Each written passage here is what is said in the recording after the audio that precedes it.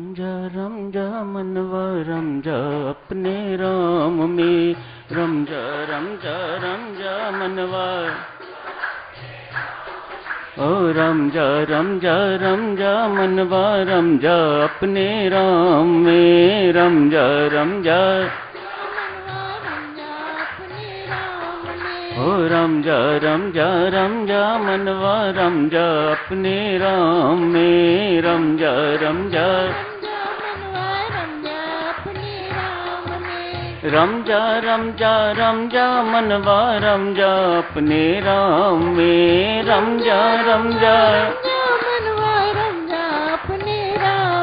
ओ रम जा मनवा रम जा अपने राम में, रम जा मनवा ओ रम जा मनवा रम जा अपने राम में, रम जा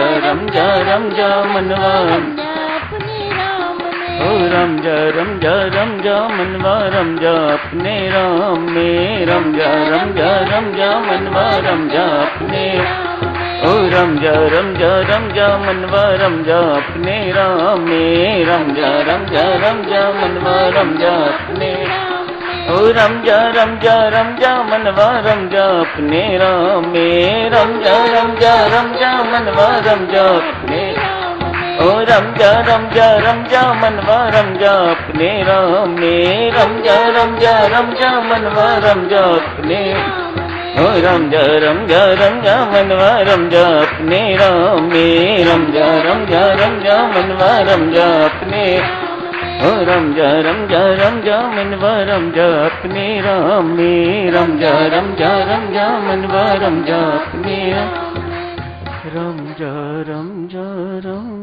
मनवा रम जा अपने राम में। पूज्यपाद स्वामी जी महाराज ने आज साधु मन को प्रबोधन का प्रसंग समाप्त कर दिया है। मन को साधु कोई बकरा कहता है, कोई घोड़ा कहता है, कोई दर्पण कहता है, कोई छुरा कहता है। यह है क्या मन? आज थोड़ी चर्चा यहीं से शुरू कर लेते हैं, जारी रहेगी आगामी दिनों में ये चर्चा। उपनिषदों में वर्णन आता है, शरीर को रथ कहा जाता है। जीवात्मा उस रथ के रथी हैं, सवार करने वाले, सवारी करने वाले। बुद्धि सारथी है, रथ को चलाने वाली। मन लगाम है, इंद्रियां घोड़े हैं और विषय मार्ग है।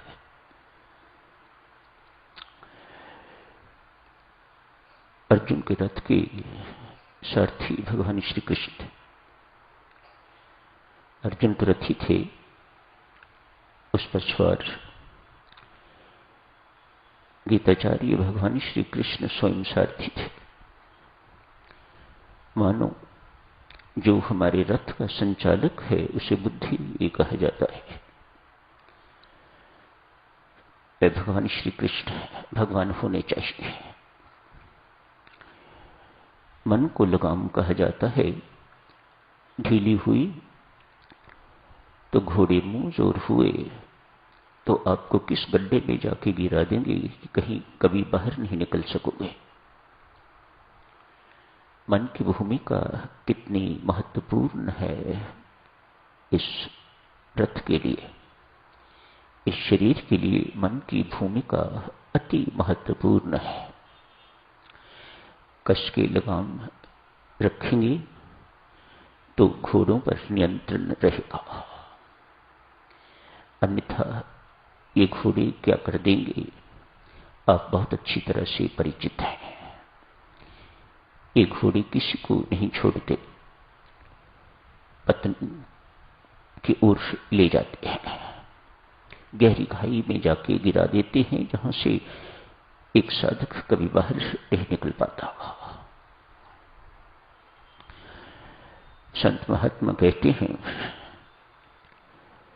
साधक श्री इस मन पर नियंत्रण करना, इस लगाम को कस के पकड़ के रखना, अपने वश में रखना ही सारी की सारी साधनाओं का लक्ष्य है। सिर्फ शब्दों का हेर फेर है देवियों सज्जनों, लक्ष्य यही है। मनोनिग्रह, मन पर नियंत्रण, मन का पवित्रीकरण, मन का शुद्धिकरण, मन को निरोग बनाना, ये सब एक ही बात है, इसमें कोई भेद की बात नहीं है। सारी की सारी साधनाओं का लक्ष्य साधक जनों यही है। जब तक ये नहीं हो पाएगा तब तक साधक जनों भीतर विराजमान परमात्मा का बिंब प्रतिबिंबित नहीं हो पाएगा। अतएव इस मन को दर्पण कहा जाता है। दर्पण जितना साफ होगा उतना प्रतिबिंब भी आपको साफ दिखाई देगा। हमारा मन रूपी दर्पण इतना गंदा है कि हमें उस बिंब का प्रतिबिंब दिखाई नहीं देता, मानो वह दर्पण दर्पण ही नहीं रहा। वह दर्पण किसी काम का नहीं जिसमें आपको अपना प्रतिबिंब न दिखाई दे। हमने इस दर्पण को इतना मलिन कर रखा हुआ है, इतना गंदा कर रखा हुआ है, भीतर विराजमान परमात्मा जिन्हें बिंब कहा जाता है उनका प्रतिबिंब मन रूपी दर्पण में दिखाई नहीं देता। एकता पहले भी आप जी की सेवा में एक उदाहरण दी गई थी। एक संत आज सत्संग में रुमाल लेके गए हैं और सभी से पूछते हैं ऐसे करके, बच्चों बताओ ये क्या है। सभी ने कहा गुरु महाराज रुमाल है, किस काम आता है। सभी ने बताया इस काम के लिए आता है, मुख साफ करना हो, हाथ साफ करने हो, पसीना आ गया है उसे साफ करना हो, कोई गंदगी है उसे साफ करने के लिए रुमाल का प्रयोग होता है। शाबाश, गुरु महाराज बहुत प्रसन्न, बहुत